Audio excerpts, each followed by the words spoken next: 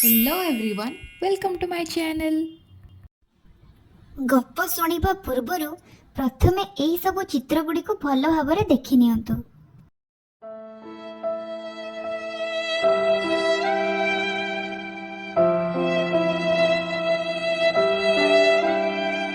ଯାହା ବି ବୁଝିଛନ୍ତି ପୁରା ଠିକ୍ ବୁଝିଛନ୍ତି। ତାହେଲେ ଚାଲନ୍ତୁ ଆଜି ଗୋଟେ ସତ ଘଟଣା ଉପରେ ଆଧାରିତ ଗପଟିଏ ଶୁଣିବା। ମୟୂରଭଞ୍ଜର ଶିମିଳିପାଳ ଜଙ୍ଗଲରେ ଅନେକ ପ୍ରକାରର ପଶୁପକ୍ଷୀ ରୁହନ୍ତି। ଏହି ଜଙ୍ଗଲ ବିଷୟରେ ଅଳ୍ପ ବହୁତ ସମସ୍ତେ କିଛି ନା କିଛି ଜାଣିଥିବେ। ଏହି ଜଙ୍ଗଲରେ ବାଘ, ଭାଲୁ, ହରିଣ, ଗଧ ଏମିତି ବହୁତ ପ୍ରକାରର ପ୍ରାଣୀ ବାସ କରନ୍ତି।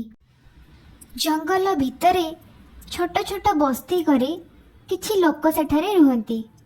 ସେହି ସବୁ ଲୋକ ଜଙ୍ଗଲ ଦ୍ରବ୍ୟ ଉପରେ ପୂର୍ଣ୍ଣ ମାତ୍ରାରେ ନିର୍ଭର କରନ୍ତି, ଯେମିତିକି ଜାଳେଣୀ କାଠ, ଚନ୍ଦନ କାଠ, ଲାଖ, ମହୁ, ଝୁଣା ଏବଂ ବହୁତ ସାରା ଜିନିଷ। ହଠାତ୍ ଦିନେ ରାତିରେ ବନ୍ଧୁକ ଫୁଟିବାର ଶବ୍ଦ ଶୁଣାଗଲା। ରାତି ହୋଇଥିବା ଯୋଗୁଁ ସେ ଶବ୍ଦକୁ କେହି ଗୁରୁତ୍ୱ ନ ଦେଇ ଯିଏ ଯାହା କାମରେ ଲାଗି ପଡ଼ିଲେ। ହେଲେ ପଡ଼ି ଯାଉଥିବାର ଗନ୍ଧ ଏତେ ଜୋର ଥିଲା ଯେ ପାଖରେ ଥିବା ବସ୍ତି ଲୋକ ସେ ଗନ୍ଧକୁ ସୁଙ୍ଗି ସୁଙ୍ଗି ପାଖରେ ଆସି ପହଞ୍ଚିଲେ। ଆଉ ତାପରେ ସେମାନେ ଯାହା ଦେଖିଲେ,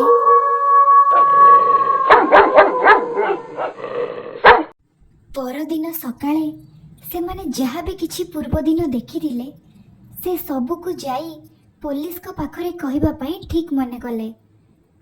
ଯାହା ବି କିଛି ଦେଖିଥିଲେ ସବୁ କିଛି ଯାଇ ପୋଲିସଙ୍କ ପାଖରେ ଲିଖିତ ଭାବରେ ଜଣାଇଲେ।